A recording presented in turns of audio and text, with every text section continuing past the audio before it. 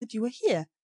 I can't make it seem true that you, my dear, wonderful Judy, were actually brought up in this institution, and know from the bitter insides what these little tots need.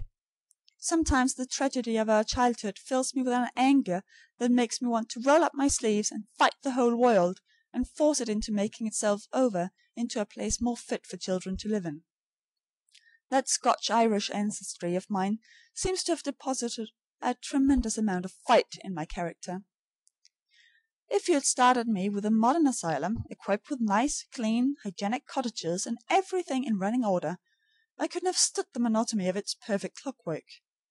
It's the sight of so many things crying to be done that makes it possible for me to stay.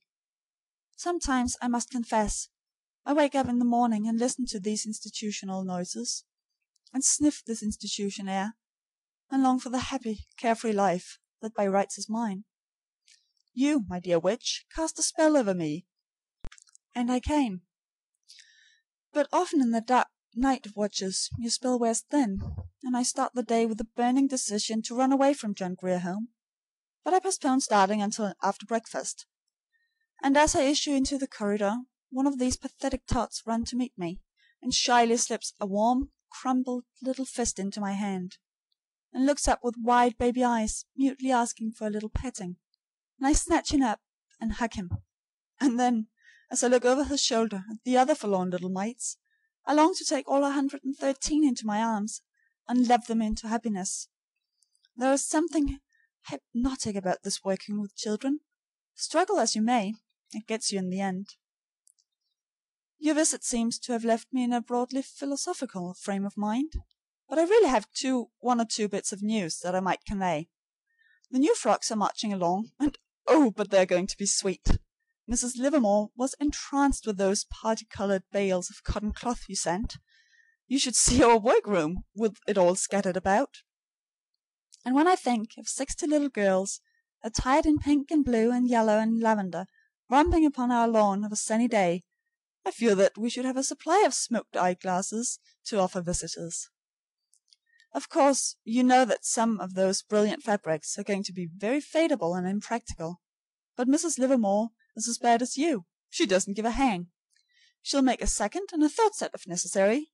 Down with checked gingham. I'm glad you liked our doctor.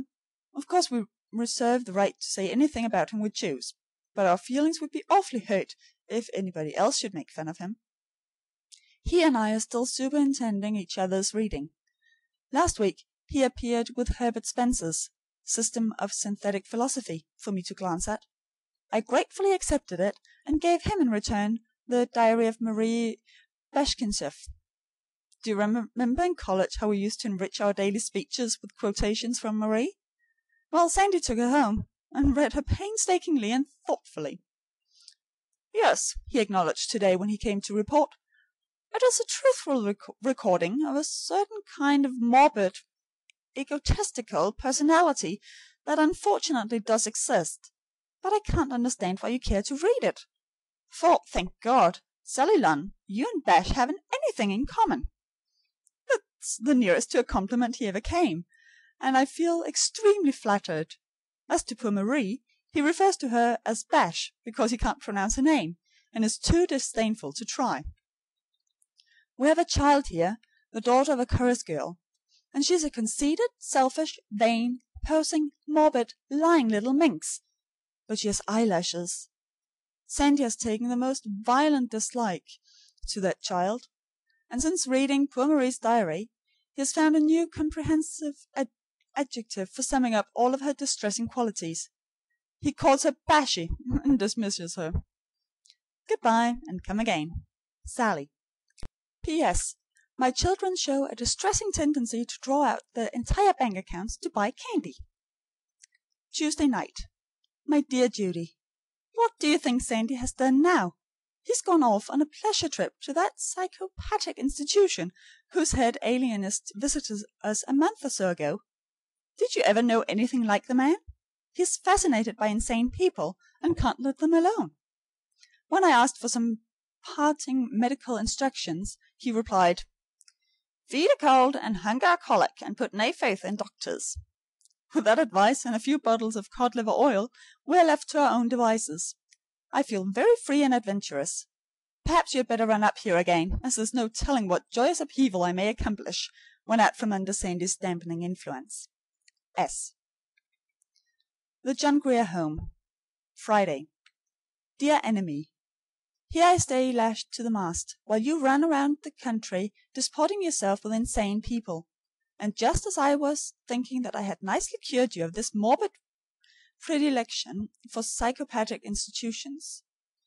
It is very disappointing. You had seemed almost human of late. May I ask how long you are intending to stay? You had permission to go for 2 days, and you've already been away 4. Charlie Martin fell out of a cherry tree yesterday and cut his head open, and we were driven to calling in a foreign doctor. 5 stitches. Patient doing well, but we don't like to depend on strangers. I wouldn't say a word if you were away of unlegitimate business, but you know very well that, after associating with melancholics for a week, you will come back home in a dreadful state of gloom, dead sure that humanity is going to the dogs, and upon me will fall the burden of getting you decently cheerful again. Do leave those insane people to their delusions, and come back to the John Grier Home, which needs you. I am most fervent, your friend and servant, S. McB. P.S. Don't you admire that poetical ending? It was borrowed from Robert Burns, whose works I am reading assiduously as a compliment to a Scotch friend. July 6th. Dear Judy, that doctor man is still away. No word. Just disappearing into space. I don't know whether he is ever coming back or not, but we seem to be running very happily without him. I lunched yesterday, shared the 2 kind ladies who have taken our punch to their hearts. The young man seems to be very much at home. He took me by the hand and did the honors of the garden, presenting me with the bluebell of my choice. At luncheon the English butler lifted him into his chair and tied on his bib with as much manner as though he was serving a prince of the blood. The butler has lately come from the household of the Earl of Durham, punch from a cellar in Houston Street. It was a very uplifting spectacle. My hostesses entertained me afterwards with excerpts from their table conversations of the last 2 weeks. I wonder the butler hasn't given notice. He looked like a respectable man. If nothing comes of it, at least Punch has furnished them with funny stories for the rest of their lives. One of them is even thinking of writing a book. At least, says she, wiping hysterical tears from her eyes, we have lived.